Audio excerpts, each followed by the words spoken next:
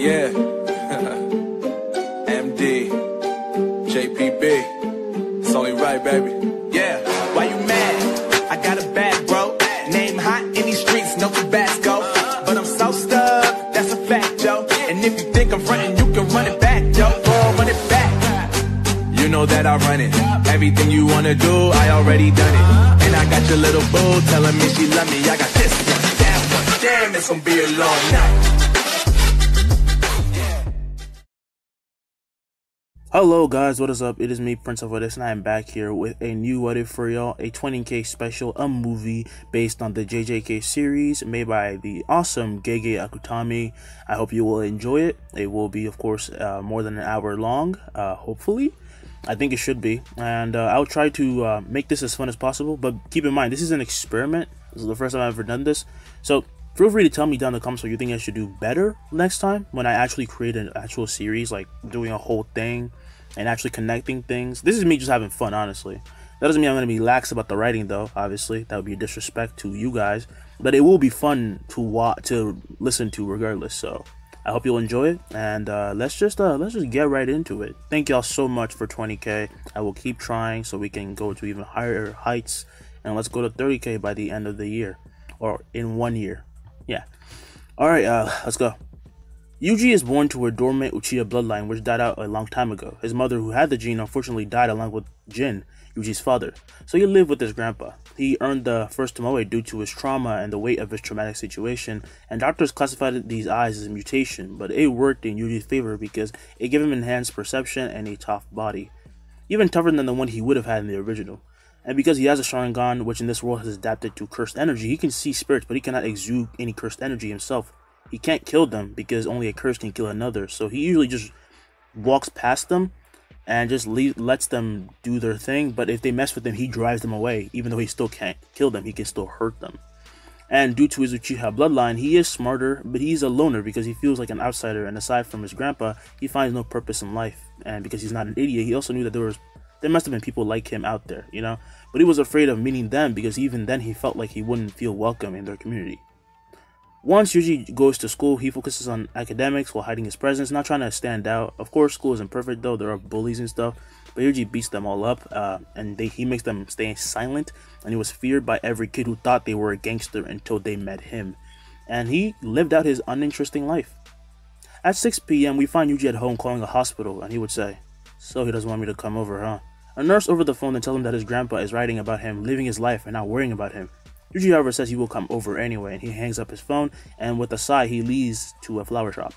He picks out a little something and heads to the hospital, and as he enters his grandpa's room, Wasuke opens up one eye before then opening them both in surprise. "When did you get here?" he would yell. Yuji, as he puts his flowers in a pot, would say, "I've been here for a while, actually." Wasuke then settles down, saying Yuji has a talent for being invisible, to which he shrugs his shoulders, saying that it's simply an unhealthy habit. "Don't worry, I wasn't hiding on purpose. I never do that." With a stern look, his grandpa then asks how school was and if he made any new friends, with Yuji saying that he had no need for them. "Why the hell are you so difficult?" Wasuke would say. "I'm not going to be around forever, you know." "It doesn't matter. No matter how many friends you have, you'll always die alone." A silence then sets in as Wasuke would then turn over in his bed before closing his eyes, and he would say, "Seriously? Well, at least do this much for me. Try to live your life out. Save people. You're a strong kid. I know you think it's illogical to put yourself in danger, but well, consider this the final words from this senile old man. I hope you honor them."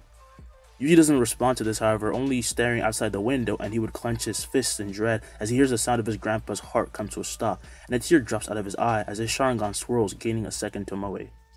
Elsewhere at the receptionist counter, the phone rings as one of the nurses then picks it up, and one of them would say, "Oh, Itadori? What's wrong?" Over in the hospital room, as Yuji holds the phone to his ear, he sniffles, trying to hold back his tears. "It's my grandpa. He just passed."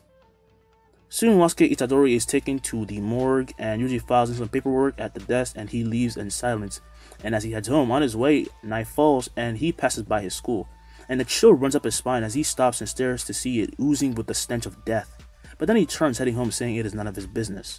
Inside the school, however, we see Megumi just as he arrives in front of the curse about to kill Iguchi and Sasaki. He has been exercising curse after curse, and yet, now that he's here in front of the main one, he can't do anything. "I won't make it in time," he would think. In front of him is a grotesque spirit made out of nothing but hands and eyes, and it clenches onto the students, trying to kill them and take Sukuna's finger, which the female student had unwrapped and, well, released. So the spirit was drawn to it. As he panics with the nervous sweat, however, Megumi hears the glass break as both he and the curse then turn to see Yuji crash in, and he would think, why the hell am I even doing this? As he crashes in from above, he would activate his Sharingan and look all around, analyzing the situation. Moving skillfully, he then lands on the spirit, and then he grabs the kids before then ripping them out from his clutches and he jumps off. And as he lands, the Jade Hounds from Megumi run out, releasing a wave of cursed energy that rips out the spirit, and they then begin to devour it. Yuji then stands up and he turns to face Megumi, who would ask, who are you? I'm simply passing by, Yuji would say, as he then holds the two knocked out students, and out of one of their pockets falls out Sukuna's finger onto the floor, with Megumi then coming over and grabbing it. As he picks it up, he then looks at Yuji, asking, aren't you scared? I have no reason to be, Yuji would say. I'll get them out of here, I'll let you do your job. Seriously, what was I thinking? Yuji thought. He then starts leaving when he senses something and looks back as the spirit then crashes down through the ceiling, and luckily Megumi jumped back in time, but he would then be grabbed and thrown to a wall, leaving a dent in it as he would then slide down with his head starting to bleed. Knew it! He goes to make a hand sign when his eyes widen as he is then hit and slammed through the wall. An explosion occurs outside as he is sent toppling down to the rooftop. He falls mangled and in pain. Damn it, I can't think straight, he says. He slowly staggers up and sees the spirit running and crawling to him, only for Yuji to then land in front of him as he puts his arm up, and with his bare hands he pushes forward, but he is pushed back, ripping up the ground until he manages to stop 5 feet before shocked Megumi, who was just shocked at his display of physical strength. Just move out of the way, no matter how strong you are, only a curse can beat another curse, he would yell. Yuji is then pummeled by one of the spirit's hands and slightly buckles, but he still tanks the blow due to his enhanced body from awakening the second Tomoe. And as Megumi yells for him to move out of the way, his voice is drowned out by the heartbeat of Yuji. His heartbeat then becomes louder and louder, and then with a scream, he tightens his grip and lifts the spirit before then throwing it into the air and leaping up to it. His thoughts race, and it's as if time has slowed down for him. If only a curse can beat another curse, then I should be fine, since I already have a troublesome curse of my own. He cocks back his fist and clenches it as he would then reach the spirit, and he punches. Without realizing it, Yuji then releases a bunch of cursed energy as sparks of black and red release, and his impact explodes the spirit, which lights on fire before then blowing back Yuji, who craters into the ground. Megumi manages to get up and he runs to him asking if he was okay, but Yuji would get up only having minor scratches and ripped clothes. You're fine? Seems so, Yuji would answer. Megumi would then say, well, thanks for saving me, but who are you? Did Gojo-sensei send you for backup? I most definitely did not, the two would hear, as they then turned to see Gojo walk up with a bag in hand.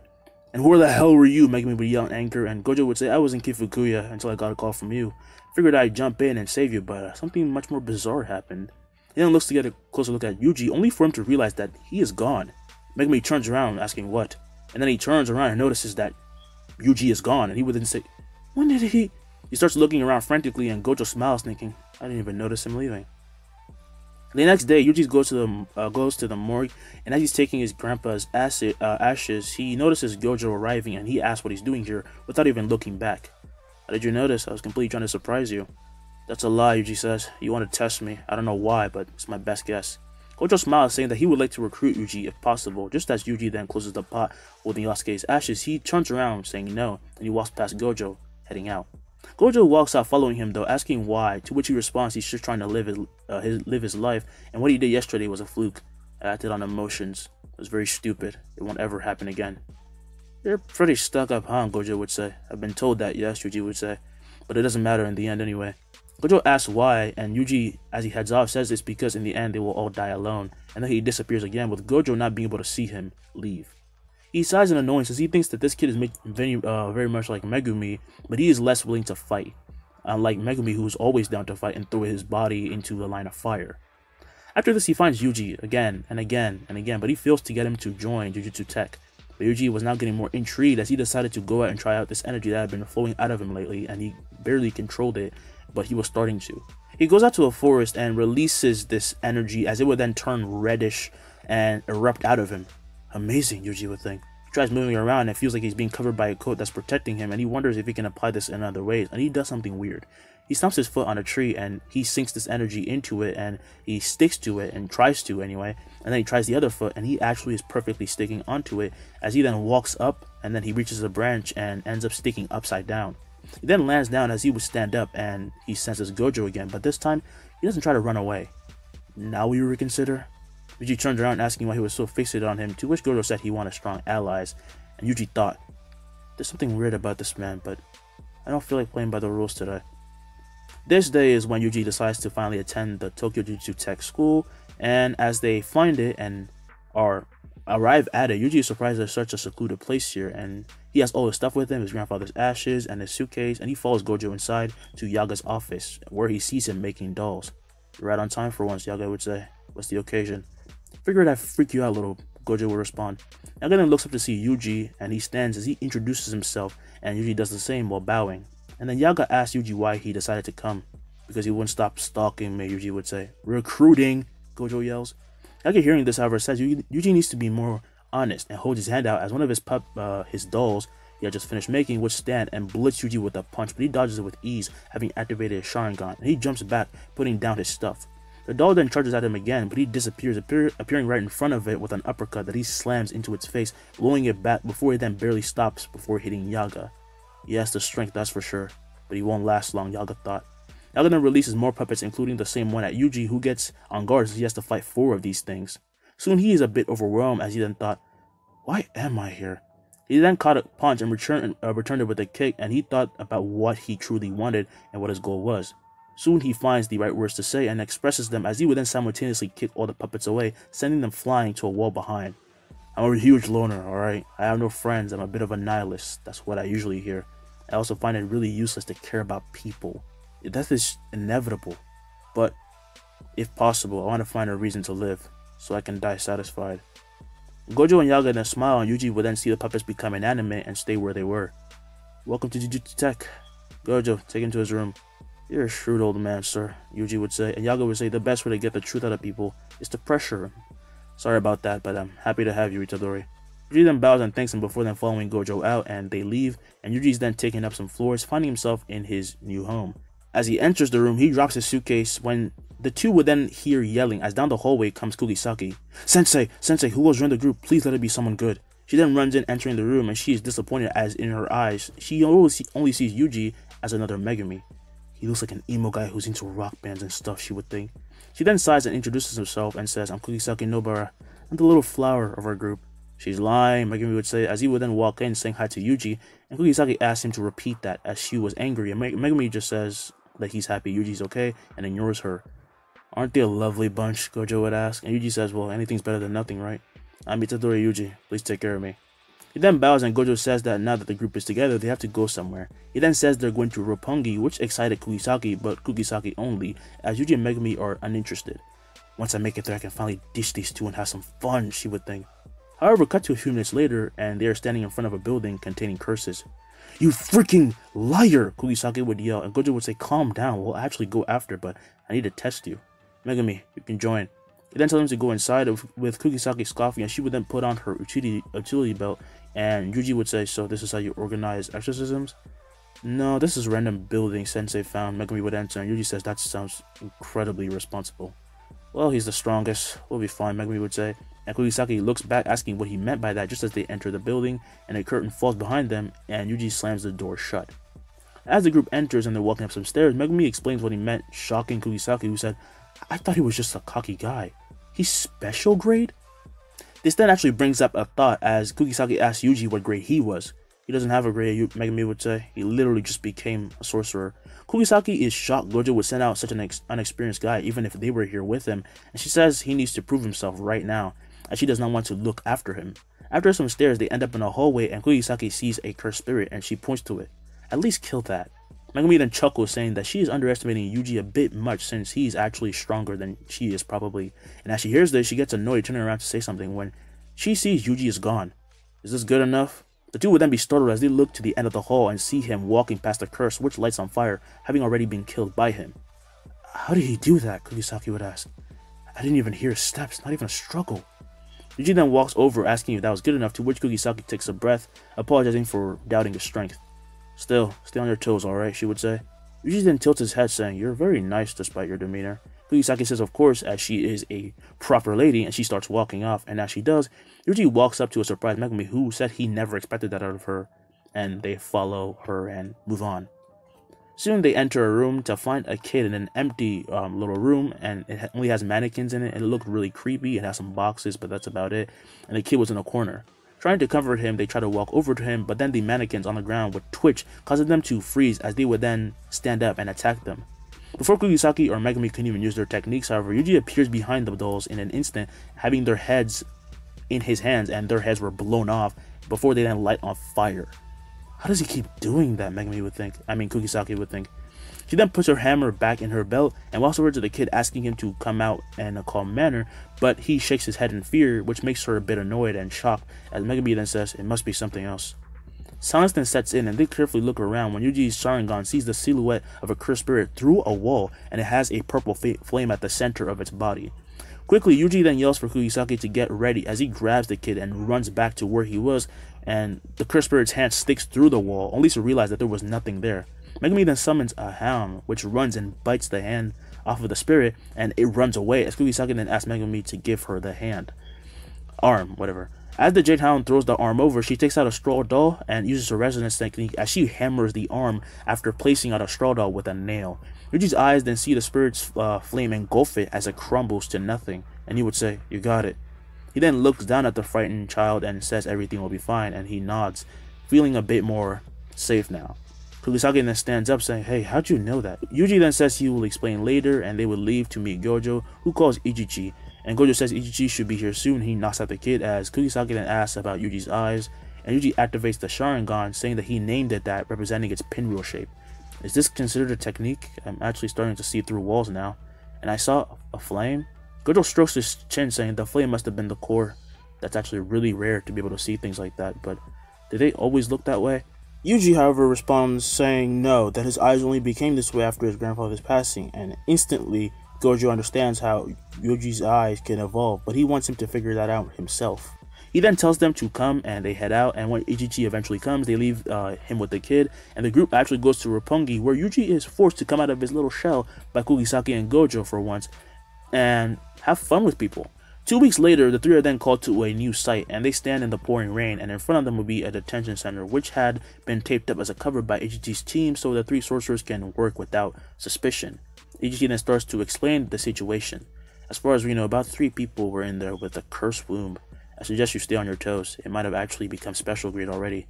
If I understand the system correctly, that's quite dangerous, right? Yuji would say. And Ichichi then nods, telling them to listen to their fears when confronted with such a creature. And they nod, as this is when they actually hear struggling and crying, and the 4 turn to see a woman crying as she is held back by Ichichi's team. "Please, my son is in there," she would say, as Ichichi then puts his hand out saying, "I'm sorry, man, but this is as close as you can get. We hypothesize there's a certain gas spreading. Please, for your own safety." The woman, while understanding, only cries more for her son as she's then escorted away, and Yuji thinks. The woman, while understanding, only cries more for her son as she is escorted away, and Yuji then thinks, "This feels different. What a troublesome curse." The 3 then start heading inside as Ichichi then puts up a curtain, and as the curtain falls, and it seems that night had fallen, the team find themselves confused when they enter the actual building as it is nothing like they expected. Yuji activates his Sharingan and says, "We're surrounded by cursed energy." Megumi would then say, "We've entered this innate domain. Can you see it coming for us?" Yuji says not right now, and they sigh in relief, but they stay on guard as Megumi then summons his Jade Hound, and they search for the people and stay still on guard for the spirits. And they don't know how accurate Yuji's eyes are against the special grade, so just in case. Along the way, they end up finding a grotesque scene, however, of the bodies of the 3 humans they were looking for, and 2 have their skin peeled off, being balled up, and 1 had its lower half like ripped off. And Kugisaki would say, "This is so messed up." She can barely hold back her disgust, and neither can Megumi. Meanwhile, Yuji is unaffected by this scene purely due to his intense bloodline, and he says that letting this shake them will only make things more dangerous, so they should calm down first. So they do and take some deep breaths, but as Kugisaki breathes in, she loses footing and falls through the floor and into a portal. Megumi and Yuji turn to see this, and in an instant, in the corner of his eye, Yuji sees a special grade as it is running towards them. "Fushiguro," he would yell as he pushes him away, and he yells his name, and Yuji would do a roundhouse kick, but the spirit is about to cut off his foot, only for it to then be axe kicked right atop the head as Yuji spun mid-air, bringing his other foot down. However, the spirit is not affected, and Yuji is then blasted back into a wall with a blast of pure energy, cursed energy, into his chest. As the dust clears, however, Yuji is seen having coated himself with cursed energy. "So this is the special grade," Yuji says. The spirit then looks at Yuji as if it was something abnormal. Having been born at the pinnacle of its power, Yuji is someone who has defied it. Maybe he can actually do this, Megumi would think. as Yuji yells for him to go get Kugisaki, he would then say, "I'll meet you outside. Wait for me." Megumi sees no other choice and starts running away, saying, "Don't do anything stupid." He then summons Nue and flies off on it as the spirit then attacks once again with a punch, but Yuji deflects it as he has part of his arm ripped clean off, and the punch then hits the wall behind him, completely blowing it away. Despite being in pain, however, Yuji slams an uppercut into its chin, and sparks of black and red occur, sending the spirit flying, but as it is, it shoots a massive blast at Yuji. Yuji leaps and flips before then landing and behind on the wall behind him and running on the wall, and the attack almost hits him regardless, so he has to jump down, and an explosion occurs behind him. But despite all of this, Yuji was nearing a sort of state of ascension. "I feel this huge amount of heat in the pit of my stomach," he says with a look of absolute focus. But then he is hit by a wave of cursed energy, which sends him flying through the hole made in the wall, and he crashes into another wall and the other on the other side, and the spirit then jumps through the hole coming at him. Time again slows down for Yuji, like that moment when he met Megumi. "Release it. I just have to release it. If I don't, I'll die."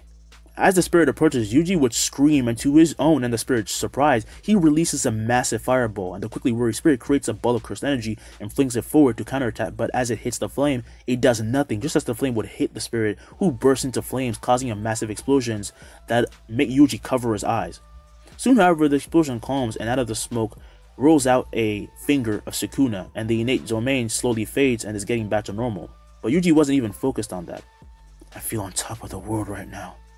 His cursed energy fully emerges, and now Yuji can use fire style along with Genjutsu when he eventually discovers it. He has peered it a bit into the core of cursed energy, and he has also gained more control of it, and he can now even copy other people's moves and powers, which he could not do before. Not that he knows, of course. Outside, and now say Kugisaki, Megumi, and Ichichi then feel the domain disappear, and they're shocked. "Do you think he actually prevailed?" Ichichi would say, and Megumi then gulps, not knowing what to think, when out from the darkness walks out Yuji with his clothes completely ruined, and he's bleeding from his arm and mouth. "Mr. Ichichi, is it possible to receive another suit? I think I've ruined this one." Ichichi, being baffled, then says, "I'll see what I can do." Kugisaki then runs up to Yuji, and as does Megumi, and they ask how the hell he beat that thing, when Yuji then sticks his hand out, and to everyone's surprise, he creates a fireball. "In the heat of the moment, you must have unlocked your curse technique," Megumi would say. "I guess so. Also, I forgot this." He then brings out the finger from his pocket, and the mission, just like that, is finished with everyone going home, alive. We then cut to Gojo after this, and he gets a call from Ichichi, and Gojo would say, "Seriously? That's crazy as hell." Yuji then says, "I'm just as surprised as you are. He barely survived, but he did." Gojo then says he can't wait until he comes back so they can train, and he hangs up and he goes to see Gakuganji to talk about Yuji being considered for first grade right away, even though he cannot recommend it personally since he is his teacher. The next day, Yuji then stands in front of Gojo, and they're out on the field, which is still within the school, and Gojo would say, "Alright, show me." Yuji then nods and creates a fireball in his left hand, and Gojo then looks at the flames, saying it is impressive since his flames burn at an intensity he had never felt before. "So you figured out how to use it?" he would ask. Yuji then says he has some idea, as he then faces away from Gojo, and while holding back his right arm, he then makes a fist and holds out his left hand with the tiger sign. He then creates a flame, which then begins to morph as it would then pull back, turning into a different shape, and it takes the form of an arrow, which is about as long as a baseball bat, I'll say. Yuji then opens up his right hand he was holding back, and the arrow releases into the air as it pierces the air at incredible speed and almost reaches a cloud before dispersing. "That's pretty good," Gojo would say. "If a special grade got caught up by that, they'd be done for." After this, he then helps him by being a target since he cannot be hit no matter how many times Yuji tries. And when night falls, Yuji has made a lot of progress, and he gets some tips from Gojo on how to easily release cursed energy, and he can learn faster now, so he learns it really quick, and even Gojo's impressed. And then he goes to sleep, only to be woken up an hour later as he opens his eyes to see Gojo. "Come on, we're going somewhere." "Is this truly necessary?" Yuji would ask, and Gojo then nods. We cut to Jogo. He stands up bewildered at the thought of being beaten up like a rag doll, but as he gets up, he doesn't see Gojo, only for him to reappear out of thin air, but he had a guest. "A kid?" Yuji is let down on the water and is surprised he's not sinking, but his senses go haywire as he notices Jogo, and by instinct he creates a flame spear, which he only needs one hand for now, not leaning two anymore. And Yuji would ask, "Am I here to fight this? Is that it?" Gojo then says no, but that's actually not a bad idea. Yuji and Jogo's faces turn to that of confusion as Yuji is then pushed forward and he almost trips, but he regains balance and has no choice but to press forward as he hurls the spear at Jogo, who would smack it away with a look of indifference. But then he feels a sting and looks at his hand and has a huge gash on it, and his eyes widen just as Yuji throws a punch at him, but he dodges it before slamming a punch into his stomach, making Yuji spew blood. Compared to that thing, he's on a completely different level, Yuji would think. How the hell did a small fry like you burn me, huh? He throws Yuji into the air before then sending a fire attack at him, but Yuji opens up his mouth and releases one as well. The two attacks then clash, and Yuji is pushed back before then an explosion occurs. Gojo then looks up with a smile. Trying to go solo, huh? Fine. At this moment, when Yuji falls out of the dust cloud, he would land on the water and his feet burst with red cursed energy, and Jogo notices. He's running on it? Who the hell is this brat? Jogo thought. Gojo realized that Yuji was like trying to signal him with his cursed energy that he wanted to do this like alone by, flashing the cursed energy in his feet. He wanted to do this alone and run alone because he thought he could do it. So that's what explained that situation in case you were confused.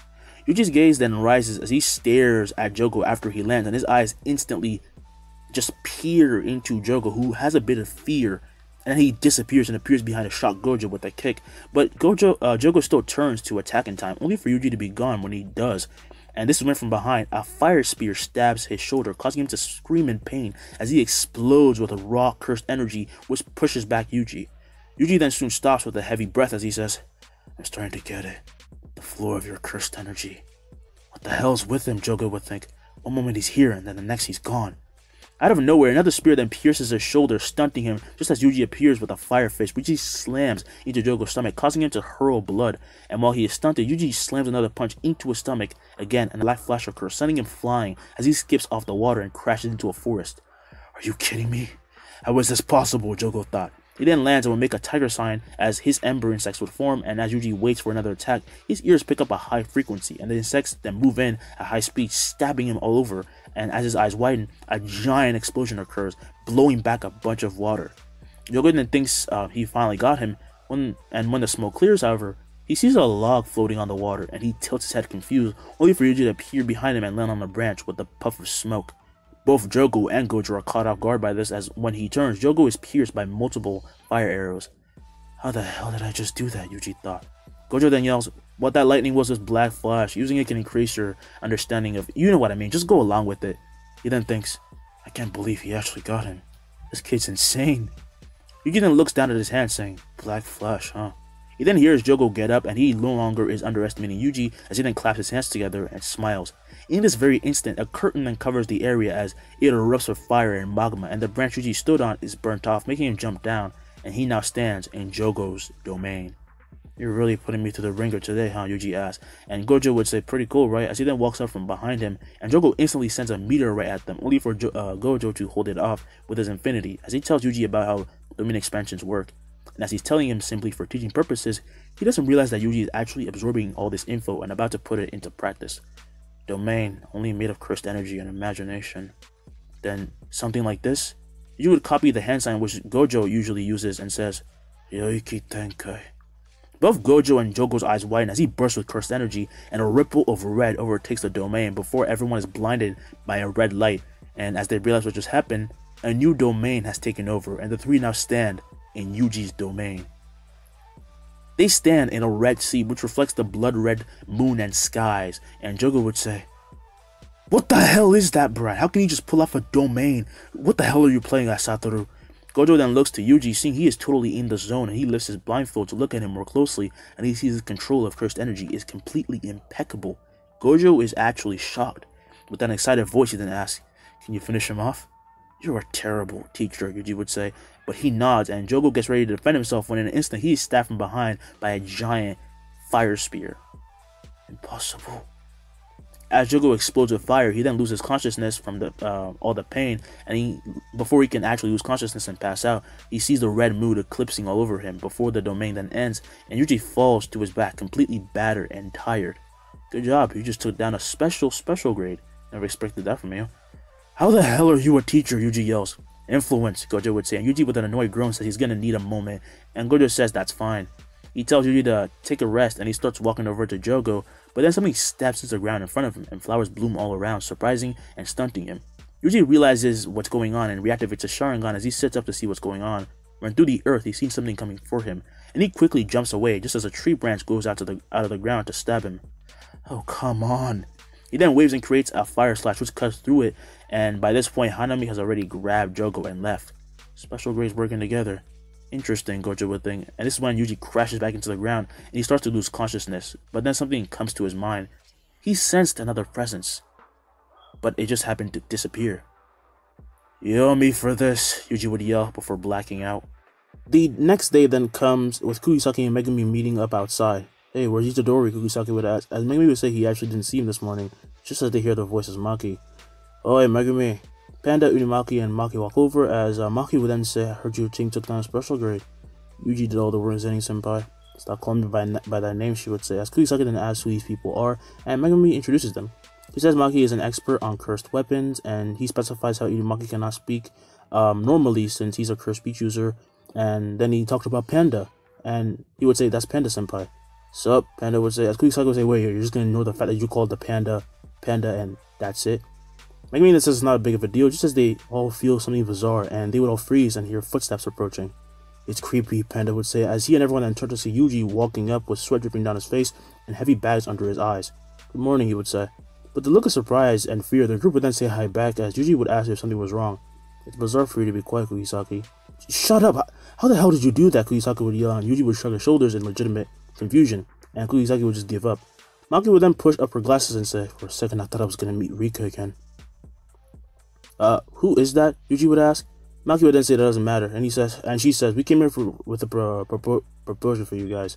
We need to fill in some spots for the sister exchange." "What do you say?" "Sister exchange?" Kugisaki would ask, as Megumi would then explain the event, saying that last year Yuta participated just to fill in, but now he's gone. "Yeah, and that he carried bastards out too."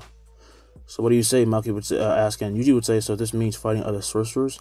Maki would then nod, and in tandem the three would say yes, especially since Megumi and Kugisaki realize that every time they meet Yuji, he's always getting stronger and stronger, and quickly they go get ready as Yuji waits outside for them because he's already dressed up, so they gotta go change, except for Panda, of course.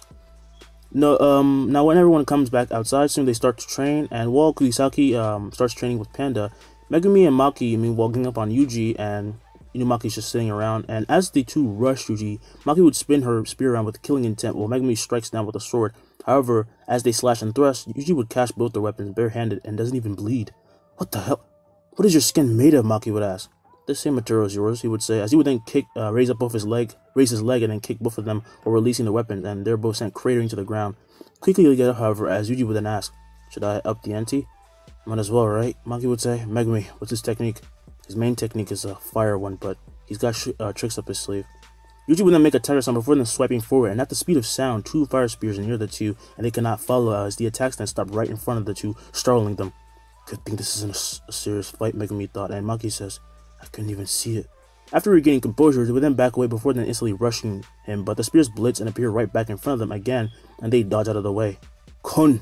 Megumi would say, as his demon dog totality would escape from her shadow and claw at Yuji, only for him to dodge and slam a punch in its face. The dog would then crash into Megumi and Maki, and they fall to the floor once again, and the demon dog would then get off of them whimpering, as the two would then get back up, and by this point Kugisaki and Panda just take a break watching the three train, and it's a bit frustrating for Kugisaki. "Let's part instead," Kugisaki would say. "Huh? Why?" "Because we're being left behind."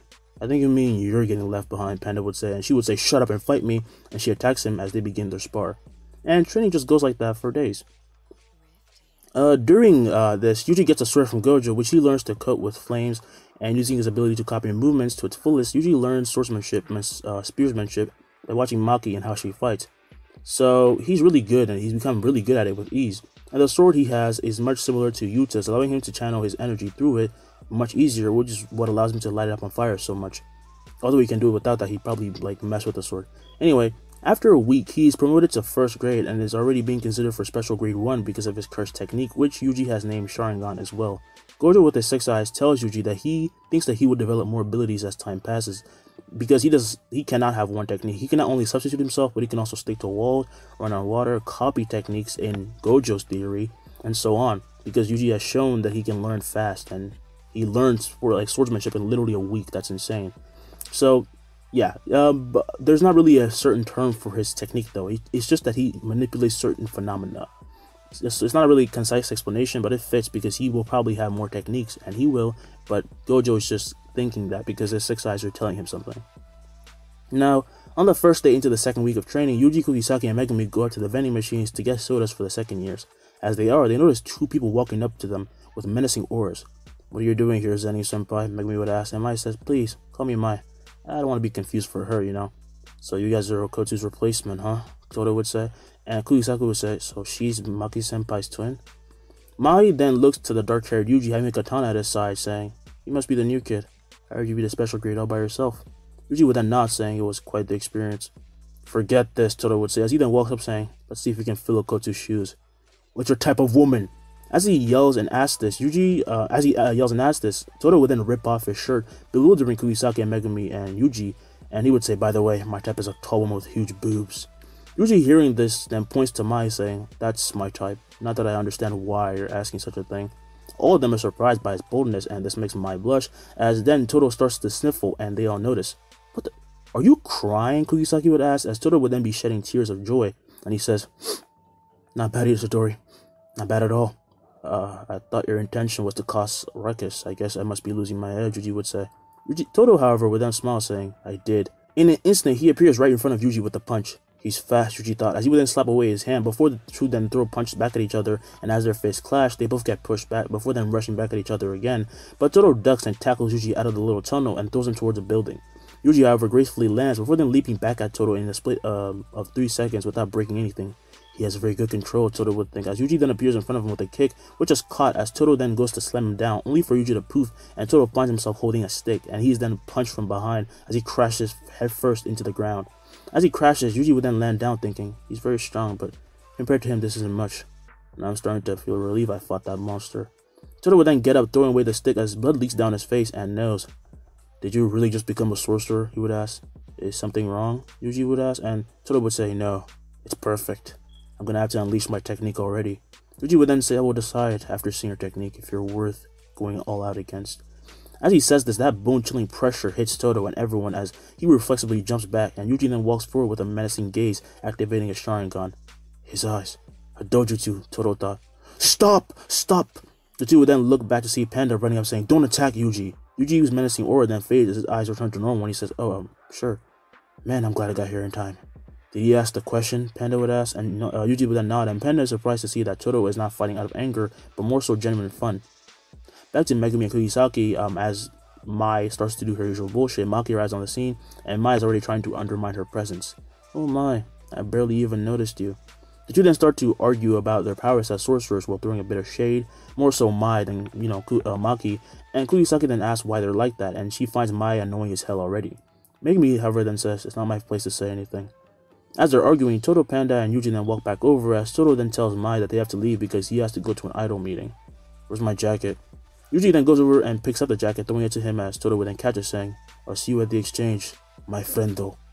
He then walks off with Mai following him, annoyed as she says she will get her revenge at the exchange, and Kugisaki would say, "She really pisses me off. Seems like your taste in women suck after all, Itadori. She's a massive bitch." Yuji, however, then says it is solely based on physical appearance, not personality. No one except Maki-senpai can probably understand her feelings. Making baseless assumptions like that only make things worse. From my perspective, Mai-senpai doesn't really want to be a sorcerer.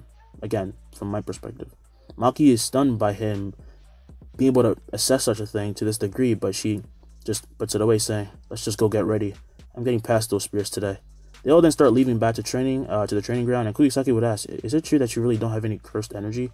"Not even a lick of it," Maki would say.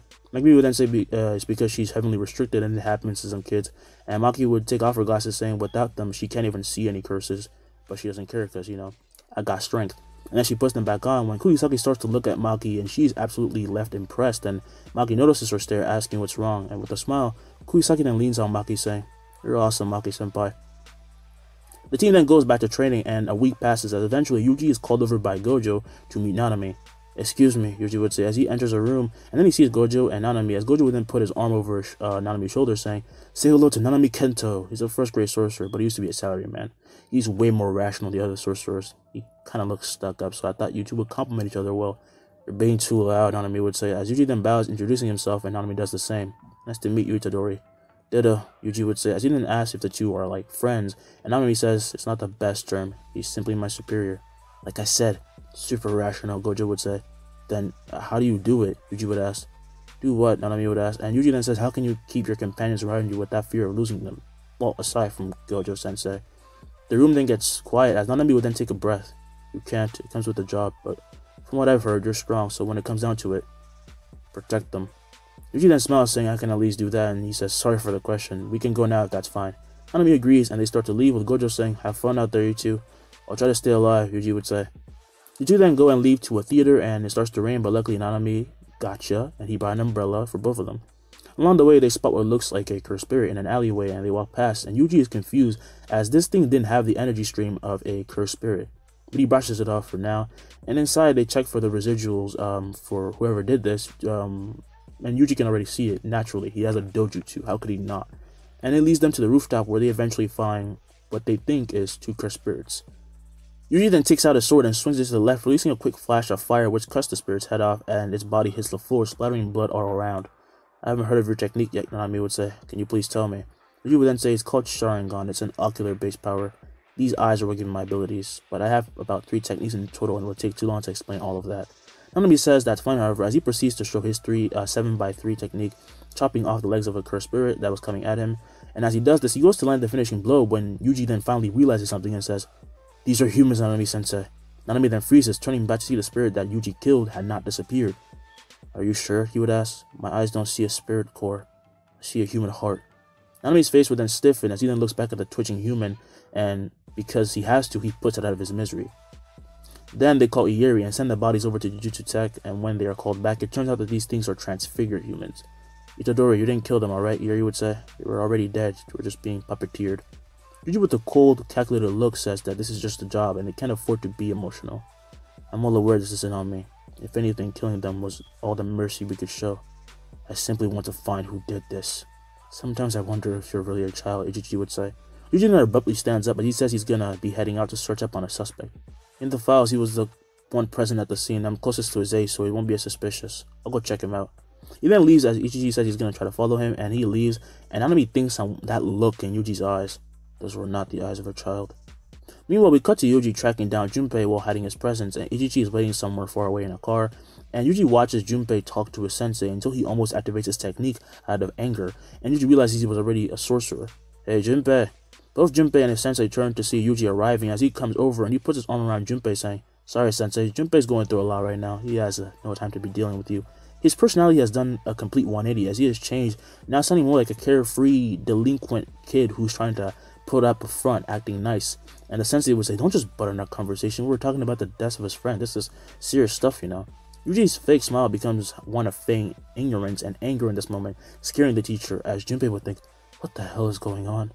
Yuji then says, you mean the 3 delinquents that frequent your school? Are you so stupid that you can't tell he doesn't care about them? He then points to Junpei, who goes along with it because he doesn't care about them and he really wants the sensei to leave, but more so Yuji because he's confused. And he shows it on his face, he just doesn't care, and the sensei then starts to walk away, being scared and also realizing that there's something up here. And Yuji would then get serious, asking Junpei, you didn't kill them, did you? He would then take his arm off, and Junpei would say, wait, what? And this is when his demeanor completely, of course, returns. He's like cold again, and Junpei would notice his button and ask if he was a sorcerer, and Yuji would nod, but says Junpei is clear suspicion. I've seen people like you. I've met people like them. I'm not exactly in the same position, and this won't mean much, but I am sorry. Junpei is surprised that he noticed so quickly and says that it's okay, and then they actually start to talk, which caught Yuji off guard because he did not expect to have so much in common with Junpei. Yes, Yuji might be more brooding, but he's still obsessed with movies because that's how he passes his time when he's lonely.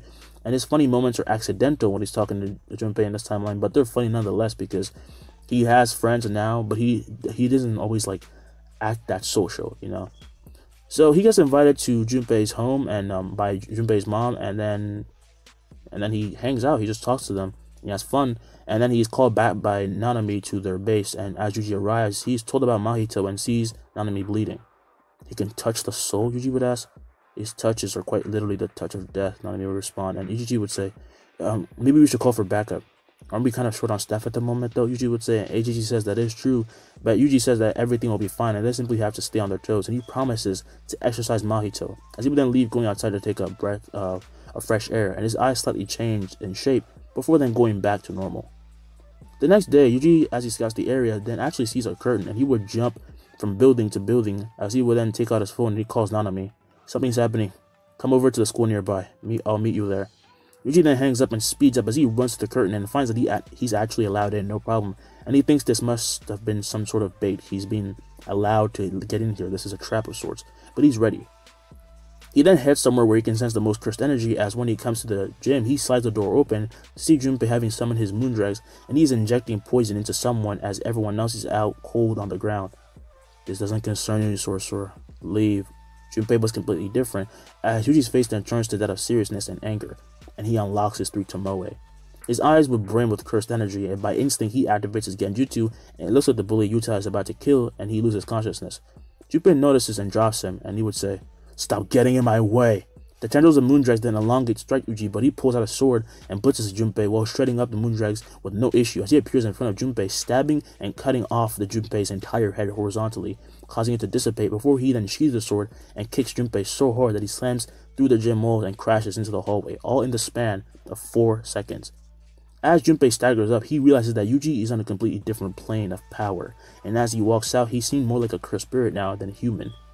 Why? What is the reason? Yuji would ask. Don't give me that shit, Junpei would say. You don't care about me at all, do you? Moondregs.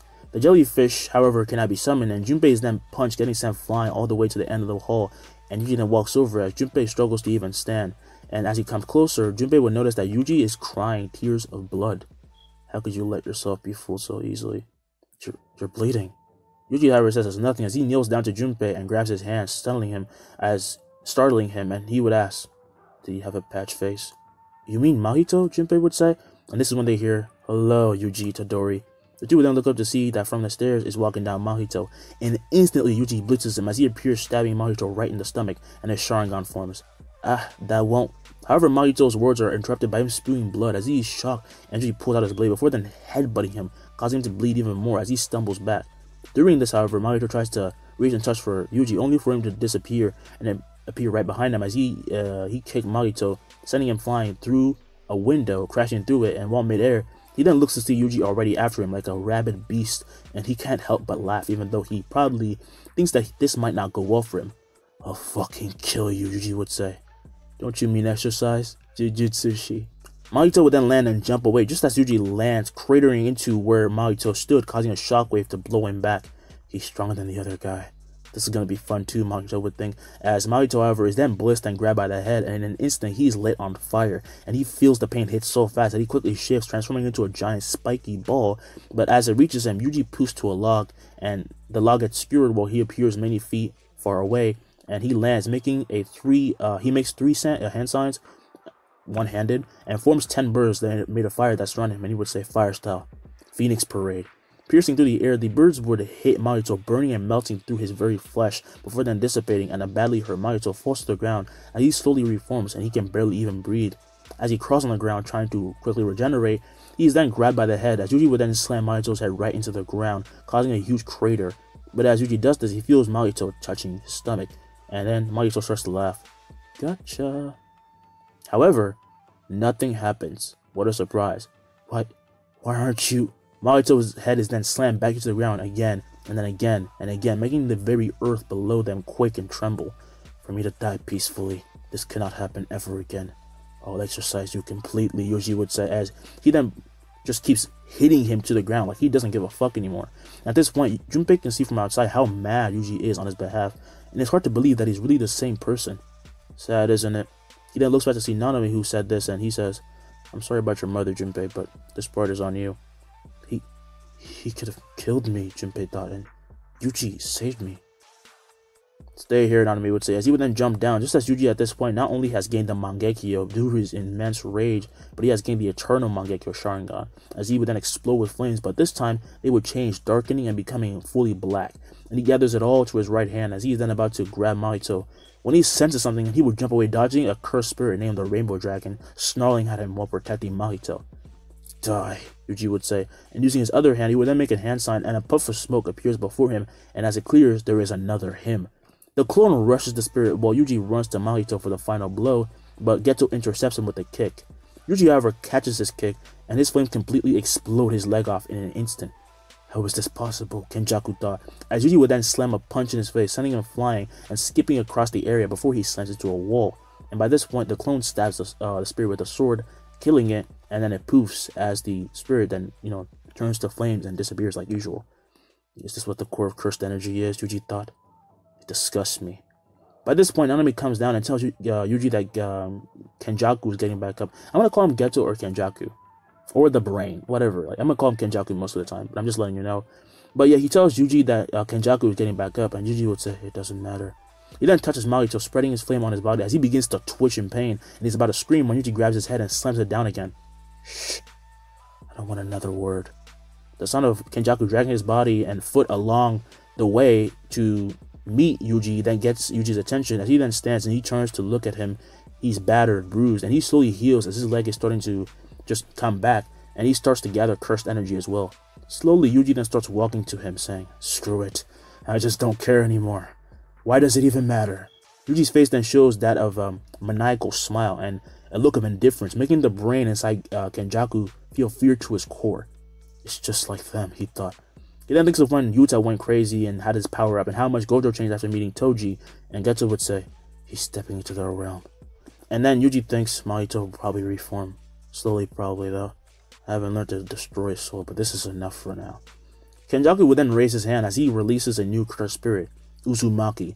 A jumbled mass of all his cursed spirits then form as Yuji's eyes then begin to bleed, and he stares him down, holding his hand out, forming a condensed black orb of flame. Amaterasu. Nanami then starts to run away as a huge explosion occurs and he is sent flying, and the two fire at each other using cataclysmic levels of power, causing everything to quake. And when the dust slowly starts to clear, Yuji stands basking in the moonlight with the curtain disappearing, as Geto is now gone, as is Mahito. But in front of Yuji is a trail of blood, of Kenjaku's blood, and then he turns around, now sporting the eternal Mangekyou. And he reveals his injuries on his body, but Nanami can see him healing himself already. I'm sorry, Senpai, but I'm a bit burnt out.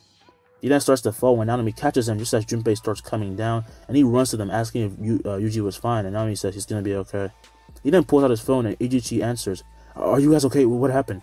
We're more or less okay. Please come pick us up. Thank you. He then hangs up, and Junpei would then ask if he can carry Yuji, and Nanami says sure, as Nanami then puts Yuji on his back, and they start walking off. Luckily, Junpei's technique is released so no one dies. Meanwhile, Geto and Mahito enter the domain expansion of Daigon, and they fall over, with Geto missing his entire left side except for that of his head, unfortunately, and Mahito looks like literal charcoal. Hanami and Jogo then run over, and in a distorted voice, Hanami would ask, how did this happen? Geto would then laugh, saying, another one of them showed up. Great, just what I needed. A few hours later, Yuji slowly opens his eyes and wakes up to be in his own room, and as he sits up, he is instantly punched by Kugisaki in the head. You had us all worried, you idiot. Would you stop trying to kill yourself every time you go on a mission? Who would hit a patient while he's recovering, Megumi would say. And Yuji, to the surprise of the two during their bickering, would laugh, and he would keep laughing before then pulling the two in for a hug. Are you good? Megumi would ask, genuinely surprised and confused, because this is not like Yuji at all. Yuji ever lets them go, saying that he's more than okay. I managed to save him. Junpei, he's here, right? I can sense him. You don't have to hide, you know. Junpei then walks out and enters the room with his head down as he apologizes for doing what he did, to which Yuji says, had I been in your place, I wouldn't hesitate, so don't apologize. I'm just happy I was able to help you. Junpei, hearing this, then says that he will try to do things better, with Kugisaki saying, finally. He kept blaming himself so much, I almost wanted to punch him. He's so whiny, you know? Megumi and Yuji then say that's a bit harsh, and in would walk Gojo and Hanami, as Gojo would say, you crazy little bastard. Look. He then shows Yuji his new ID, which shows he's now officially a special Grade Sorcerer, and Megumi and Kugisaki ask if they can see it and are in disbelief, and this is actually really happening. Glad to see you okay, Tadori, Nanami would say. Yuji then smiles and thanks his sensei.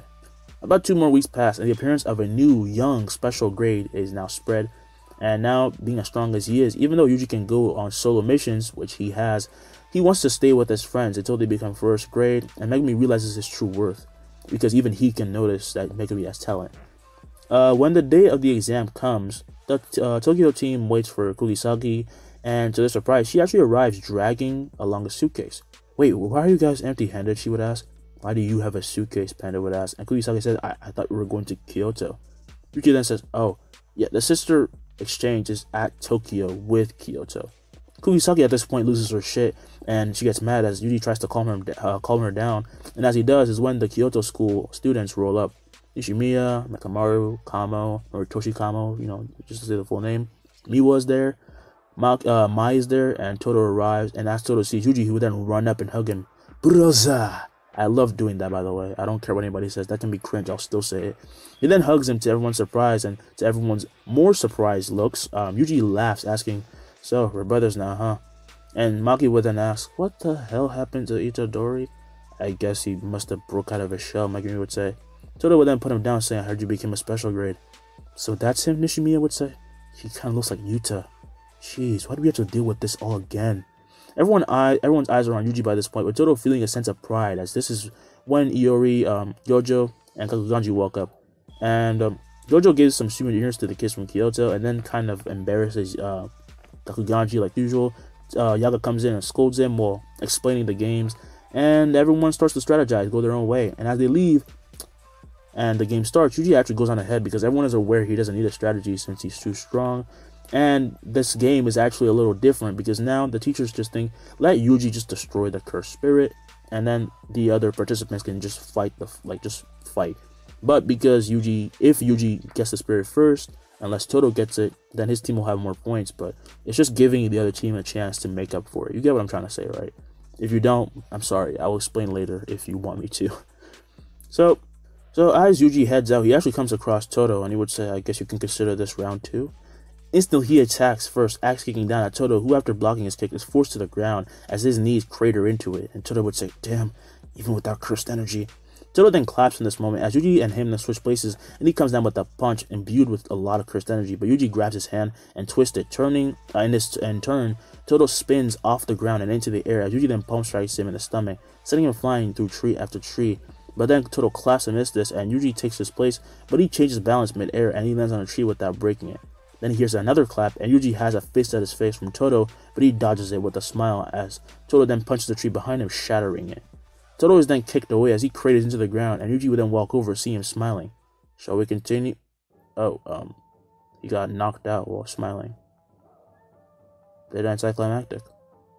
Realizing this fight is over, he disappeared and he went on to do his own thing, and in just 3 minutes, Yuji manages to catch and destroy the main curse they're supposed to get, effectively winning the game. But, like I said, everyone's going to be fighting, and as he actually destroys the spirit, he sees Inumaki and waves to him, and from the teacher's room, the main talisman lights up and Gojo smiles, saying, "Well, that was fast." And then everyone gets to their fights. So, Mekamaru still fights Panda and have their little personal talk. The same goes for Megumi and Kamo. It's not really personal, but they have a talk. But they actually get to fight it out a little bit longer. And yeah, that's about it. Nishimiya, Kuisaki, all of that. Maki and Mai is going to happen too. So Yuji sees Inumaki far off and he waves to him. They then actually notice a curtain being put up behind them. And quickly, Yuji moves to get inside, but he hits the curtain and not be able to enter. Shit. Toge would then walk up, run up, saying Tsunamayo, as Yuji would then nod, guessing that he means he will go inside and try to help. And luckily, he touches it and he can enter, so he goes in, as Yuji then tries once again to touch it, but he's pushed off. They're being wary of me, he thought. He then calls Gojo, and on the phone, Gojo is told the curtain is put up to definitely be anti-Gojo, as much as it is anti-Yuji. As Gojo arrives at the curtain, he then doesn't bother to touch it and tells Kakuganji and Yori, "Go ahead, it won't let me in. Yuji's having the same problem." Yori then nods and enters, as inside, the curtain would be containing multiple Grade 2 curses going on a rampage. Wherever these people are, I mean business, Yori would say. The students with no choice start to beat the curses instead of each other and working together, and even though they're a bit out of league except for Todo, they're doing their best and they're actually doing pretty good. And while Gojo and Yuji try to still get inside, the teachers are of course trying to help, and other people come in, like that guy who has a sword that tightens to his hand the more he grips. Yuji, after thinking of what to do, then soon comes to a conclusion. I read about this from Gojo Sensei during training, but I didn't actually get to use it.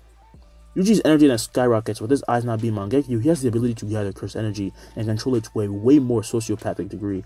And if you don't know what that means, well, you clearly have not read Jujutsu Kaisen. Everyone in Jujutsu Kaisen is a psychopath, to some degree. Anyway, Yuji would then yell domain amplification as he activates his black flames on top of that, coating his sword with all of this, and with a quick slash, he strikes down, and the force of his attack cuts clean through the curtain, and as he looks up, the curtain now has a crack, and this crack then turns into a fracture as an explosion occurs, leaving an open path. Yuji sees the sword and runs in as the crackling ripples out before then destroying the entire barrier, and Gojo is surprised, but he wastes no time in getting to work.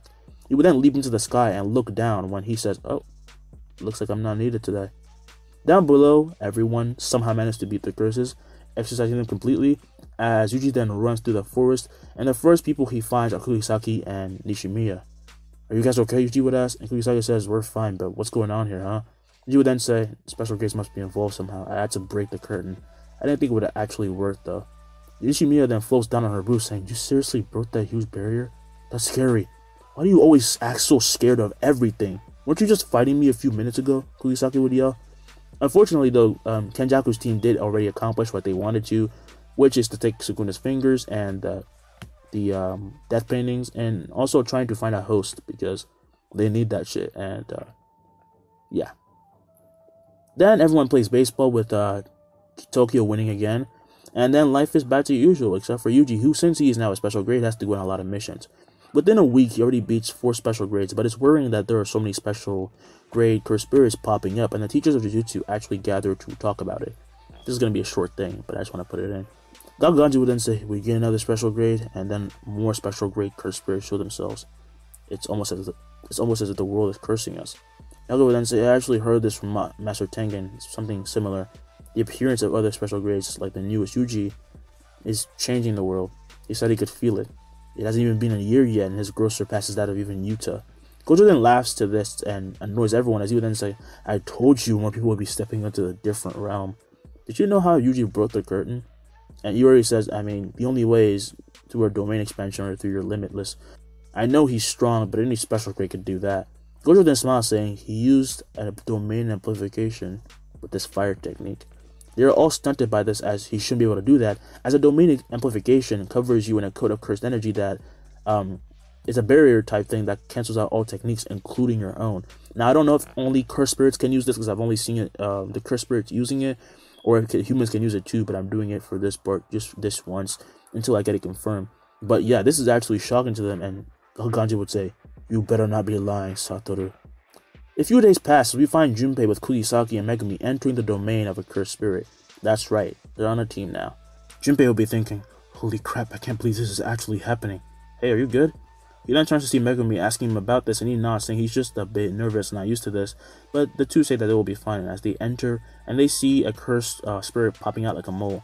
Kugisaki uses her nail to kill it, and they run in, and more of them pop up. Junpei summons his moondrags, and with his venomous tendril, he destroys them with ease, and Megumi does his thing with his sword, you know what I'm saying? And he's happy to help. Junpei is happy to be on the team. "I'm so happy Yuji trained me. Compared to him, these guys are like nothing," he thought. Soon, however, they are finding Kechizu, who comes through a portal, and Junpei fights him, actually doing pretty good, but Kechizu's movements are simply too wild and unpredictable, and he's strong, and Junpei honestly is still too inexperienced. And with this inexperience, he is dragged in through a portal by Esso, and Kechizu follows, and Kugisaki goes to help him while Megumi stays behind. As the two leave, Megumi would dash forward with a sword, cutting through spirit after spirit before then stopping to take a breath. "This is good. It's fine. We should be fine." But then something changes in the air, as Megumi then hears something fall, and he turns to see a finger bearer land in front of him. "Again?" he thought. The special grade spirit would then cackle before then attacking Megumi, who managed to dodge his blow, as his demon Dr. Tally would then rise out of his shadow and claw at the spirit's stomach, causing it to explode with blood as it would then jump back. "Good thing I came prepared," Megumi would say. He and his special grade then keep fighting and fighting, and Megumi uses his demon Dr. Tally, or hound, whatever you want to call it, to keep scratching the spirit, and it still keeps healing, however, and feeling pissed though, it will release a wave of cursed energy, which sends Megumi crashing into a wall, and he starts to bleed. But this time, he quickly got up and slapped himself awake. "I'm almost there, I can feel it. I just need to do it." He then makes a hand smile and smiles maniacally, saying, "I'll do it. I don't even care if it's imperfect at this point. Yoiki Tenkai. Kango Angete." He releases his domain, enveloping the entire area with the shadow and pure darkness, and also turning the cave to a red tint. And he attacks with a barrage of punches. As when the special grade goes to fight back, it will be restrained by tongues of many shadow toads, and this allows Megumi to come in with 5 powerful punches to its body. "Good. Stay focused," Megumi would think. However, the cursed spirit then smiles as it explodes with cursed energy, blowing everything away and causing the innate domain to shake. And as the dust clears, there is nothing left, and he presumes that he has killed Megumi. But as it celebrates, the spirit then is stabbed from behind through its core, and it would wince in pain as it turns to see Megumi erupting his demon dog out of his shadow. Die already. The dog then rips out Sukuna's finger, and the spirit then explodes with fire and it dies. Megumi would fall to his knees as the demon dog then goes back to his shadow, dropping Sukuna's finger into his hands. I wish he'd just wake up already. This would be so much easier, Megumi would think. Feeling exhausted, he would then start to fall, only to then be caught as he now looks up to see Yuji. Hey there, fishy girl. What the hell are you doing here? I just wanted to see you guys. As he says that, he starts to heal him, and he does so very fast, but Megumi is still a bit anemic, and now we're gonna go above. Back on the street, Junpei and Kugisaki were already hit by Eso and Kichiju's blood technique, but Kugisaki pulls a nail and stabs herself using her resonance. Kichiju and Eso feel immense pain as Junpei would then think, she's like really crazy. So this is what it means to be a sorcerer. As he says this, Kugisaki essentially hurting her, as he sees Kugisaki essentially hurting herself to take these guys out, he says that he can bear with this horrible pain on his body for now, and he resummons his Moondrag, making it appear behind her Kichizu, and the Moondrag then stabs him in the back, spreading his immense poison through its body. Now we're even, Junpei would say. You little bastard, Eso would yell. As using his blood technique, Eso attacks Moondrags, only to feel immense pain as Kugisaki tells him to shut up, and she stabs herself once again. His attack would then miss, and Moondrag stretches its tendrils, scratching his skin as it poisoned him next, and Kugisaki would say, good, an eye for an eye. No problem, Junpei would say. Kugisaki then asks Eso to release his technique, but he refuses, and they keep just going on and on and on. But then he is stunted by the voice of his brother, who asks for help because he is in immense pain. Along with being hit by resonance, he's being immensely hurt by the poison inside him. So to lighten the load on his little brother, he releases the technique, only for Junpei to attack aggressively as he releases cursed energy. And Kugisaki would say, I don't know if it's because Yuji trained him or he's batshit crazy, but he's actually doing pretty good. Junpei would then attack Eso while he's weakened, and Kugisaki does the same with Kichizu, and by accident, Kugisaki causes a black flash, with Junpei only ripping off Eso's hand, not even arm, hand. But of course he can't do a black flash, obviously, he's still new. And it's only because he also weakened Eso with poison. Yeah, I'm kind of bullshitting this, but it's my first time, okay? Leave me alone. Give me criticism. We can do this better next time. However, as this is happening, out of nowhere, a truck then passes by, causing Kugisaki and Junpei to jump out of the way, and Eso will then take this chance to jump on board, just as Kugisaki then yells for Eso's hand to be handed over to her. So Junpei throws it to her as Eso then starts to ride away, and Junpei would ask if this is really fine. Kugisaki however says it's no problem and pulls out her stroll doll and strikes it. Tomonari! Kichizu would then erupt with spikes as he would then fall out of the truck, and he dies before he can even take a hostage. The truck then drives away, just as the driver then sticks his head out and he says, what's going on? These annoying little kids. He then increases speed, and just like that, he leaves as the mission is over. But Junpei feels a little pit in his stomach. He realizes that both Kugisaki and him are accomplices in legitimate murder. They were people, right? Junpei would say. Cursed wombs aren't just cursed spirits. They were brothers. Kugisaki then walks up saying it's better not to think about it. Well, it still feels wrong. I mean, they clearly cared about each other. Yeah, Kugisaki would say. The two then talk as they would then head back to Megumi, only for Junpei to fall over, and Kugisaki panics, running over as she checks his pulse, only to see that he's sleeping. Little bastard, how dare you sleep on the job. With an annoying look, she then picks him up and says, well, you're lucky you actually earned it. Not bad for a newbie. Kugisaki then carries Junpei on the way back to Megumi, but as she makes it back, she is shocked to see Yuji and Megumi eating sandwiches. Seriously? She would say. Don't worry, I brought some for you guys too. Oh, Junpei. The man gets up and runs over at Kugisaki, then gives him to her Yuji, and she would then say, at least he held on. If he didn't, that'd be on you, you know. Glad I didn't disappoint, Yuji would say. Kugisaki then says, oh, give me one of those. She then walks over to Megumi, who throws her one of the sandwiches, and she catches it before then sitting down and starting to eat, and she thanks him. But then Kugisaki asks why Yuji is here. Don't tell me you thought we'd die or something. That sounds like a stupid reason. No, I trust you guys. I just don't trust the higher-ups, Yuji would say. As he says this, he starts to heal Junpei, and he's happy that Junpei can hold on his take after himself. And after this, they leave and find Nita. But Megumi has still not told everyone about his sister's situation, more specifically his friends. Yuji drops Junpei off at Yuri's office for further healing, because he's like still new to reverse cursed energy, so just in case. And then Megumi, Kugisaki, and Panda are recommended for special grade up, as is Maki, of course, by Todo and Mei.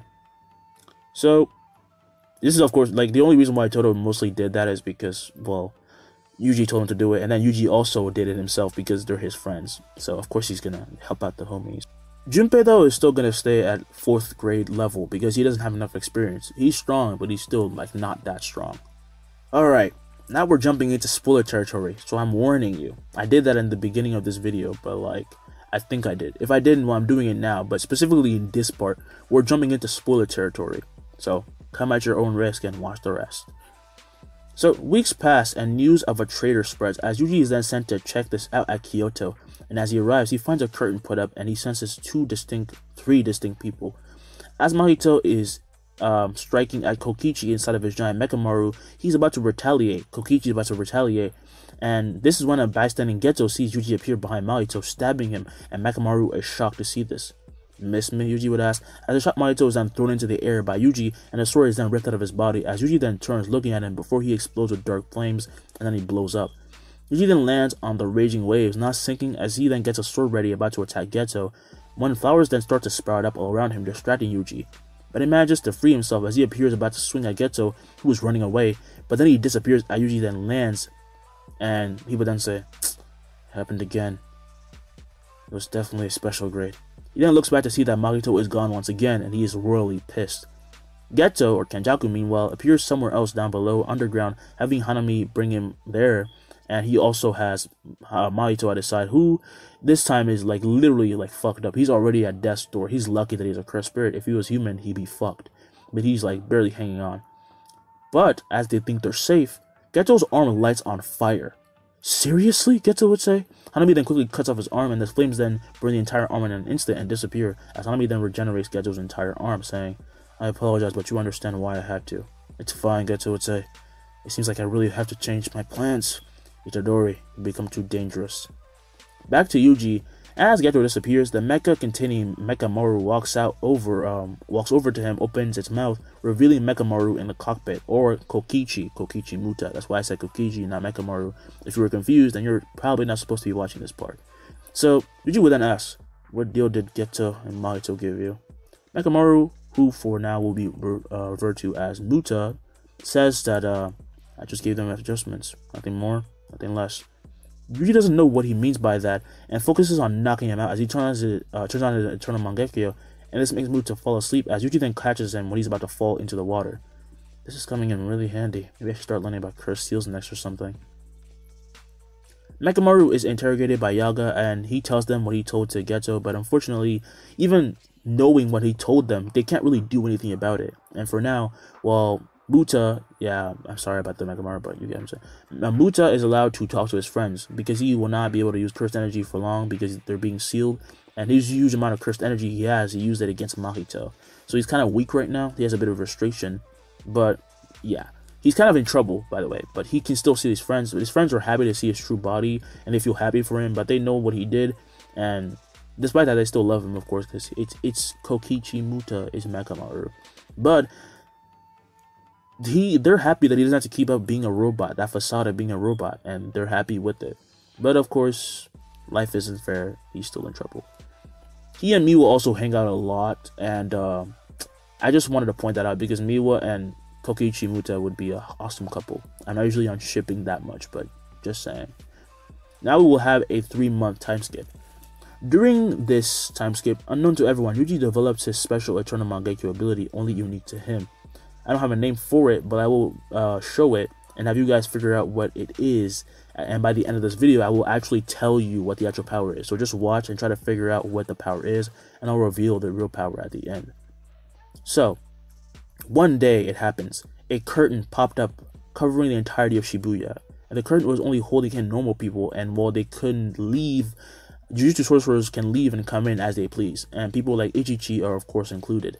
We then zoom in to see Nino, Megumi, and Nanami with Ichichi, and after he explains the mechanisms of the curtain, Nanami would then ask, "Is there any reception?" "It's all blocked," Ichichi would say. "All communications, everything. You have to do everything outside the curtain." Nino then tries to explain the curtains to Megumi, trying to brag a bit, but Nanami tells him to stop, and he asks where Yuji is, and more importantly, where's Gojo? Ichichi then says, well, Yuji's out there killing transfigured humans released by Mahito, and Gojo is being called somewhere? What does that mean? Megumi would say. As he asks this, we cut to Nita, who tells Maki, Naobito, and Kugisaki what the people trapped in by the curtain have been like saying. They've been yelling for Gojo to go somewhere, like all of them have been saying it. And Obito would say someone must be telling them to do it. There's no way non-sorcerers would know him. Kugisaka then asked, wait, why can't we just destroy the curtain like Yuji did last time? He must have already tried. They knew he would try. It's already Yuji proof and Gojo proof. We just have to stand on standby. Meanwhile, Yuji enters a certain station, and from afar he watches Gojo fighting while Gojo or anyone else cannot even sense his presence because that's still his forte.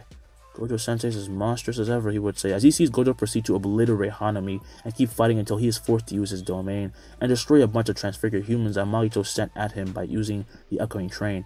Mahito transfigured a bunch of people on the train and then released them on the people that Gojo was forced to protect at the station. And there were thousands of the transfigured humans, but Gojo rips through them all while using his domain, making sure that his domain doesn't hurt the brains of the normal humans too much due to the influx of info. And Yuji would say they're trying to mess with him. Alright, I'm stepping in. As Gojo walks over, bloodied and with an unwavering stare, the cursed spirits are left shocked. Are you freaking kidding me? Mahito would say. Gojo is about to attack, but in this moment, he would sense and look down to see a box. Open prison realm. The box then pops out a sort of bizarre object that has an eye at the center of it, and it catches Gojo's attention, but it cannot even capture him right now. But his concentration is broken when he notices that he heard a familiar voice, and then he hears it again as he turns to see the face and body of Geto. How, Gojo would think. Every single fiber of his being is telling him that he should not be alive, but in this moment he's just frozen, kind of confused, and his 6 eyes are working on a solution that would make the most sense. But then the prison realm at this moment goes to attach to him, making Geto smile, as he thought that he had won, only for the seal to be lit on into black flames, shocking everyone, as Yuji then appears in front of Gojo, facing Geto, and breaking his gaze, I guess you could say, his little daze. And Yuji would say, don't lose it here, sensei. How is this possible? Geto, Choso, Jogo, and Mahito can now feel the change in Yuji. They have not seen him in months, but in that time he has become even more monstrous just from intent alone. Yuji then says, this is the end of the line. He then makes a tire sign and they start to hear poofs.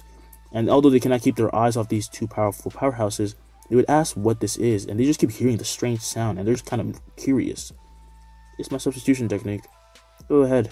Just because you're gonna die today anyway. I'll let you see. Interested, Geto then turns to see a woman that Choso killed himself poofed to a log. It was fake, Kenjaku would think. All the spirits see this as they see all the citizens just disappearing, and Gojo was glad that no one was hurt, but he wonders how this actually, worked. And this is when they get desperate. The spirits get desperate, and Mahito would say, well, since it's come to this, Yoiki Tenkai.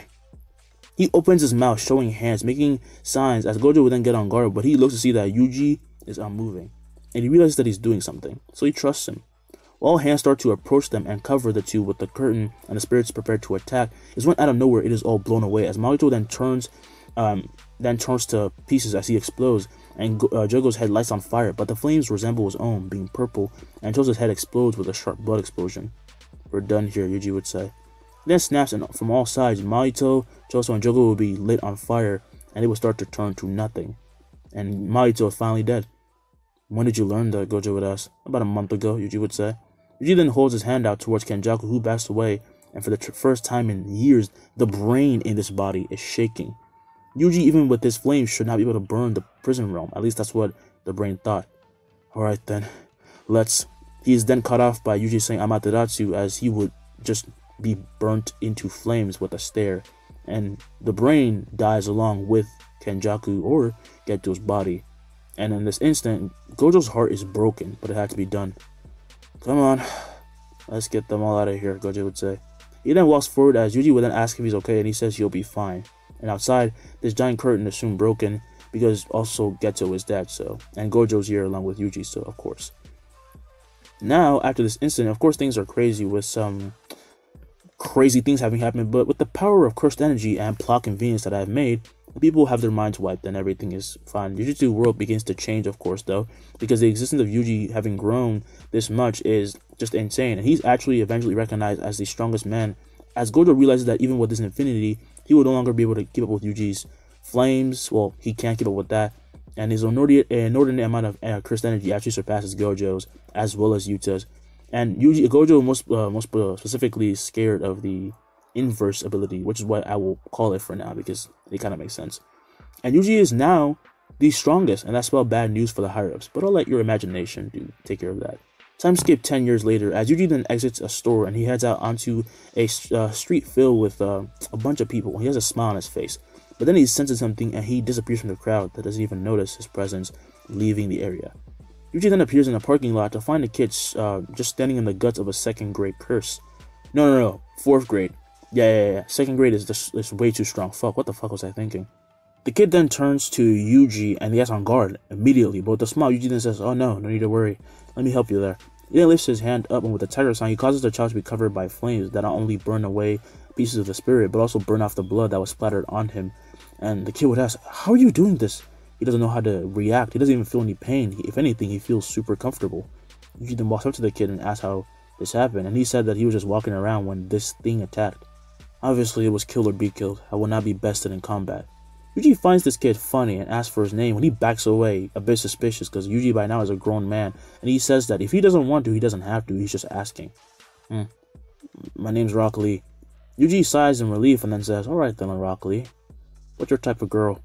A confused Lee then lifts an eyebrow to this when Yuji then bursts out into laughter, as he has always wanted to say that, and then we fade to black. Welcome to the end of the series, guys. I hope that you enjoyed, and I will let you think of what happens next. What do you think happened to Megumi, Kugisaki? Have fun with that. But again, this is just an experiment. The better stuff will come later. I'm actually trying to make good plots and, have better stories. I'll actually make it a series, not a movie. Because honestly speaking, I don't like JJK movies now that I've actually done one. Sorry, probably won't happen again. But I will do a series eventually, so y'all ain't gotta worry about that. But yeah, I hope you enjoyed. But also, if you want to know now, the inverse technique is this: any target stared at by Yuji or anything or anyone Yuji can sense will have their intended attacks reflected back at them if they even only think about it. If they go on the attack physically or verbally announce it, not only will the attack be amplified, but they will have a 99% chance of dying. If they just think about it, they'll have like a 10%, what's it called? 10% chance of dying. Like, it goes by percentage like that. Yeah, that's basically the technique. I made it very OP, didn't I? But seriously, thank y'all so much for 20k, and we're at the end of the line, and I can finally go and sleep. So I hope you enjoyed this. The better series will be coming soon, and I will actually make a good JJK series next time. So sorry about anyone who thought this was trash. Again, it was an experiment, okay? Get off my back, guys. But don't forget to like and subscribe, do all that shit, and I will see you in the next video. The next video is actually what if Asta was Itachi's reincarnation, so y'all can look forward to that. Alright, peace.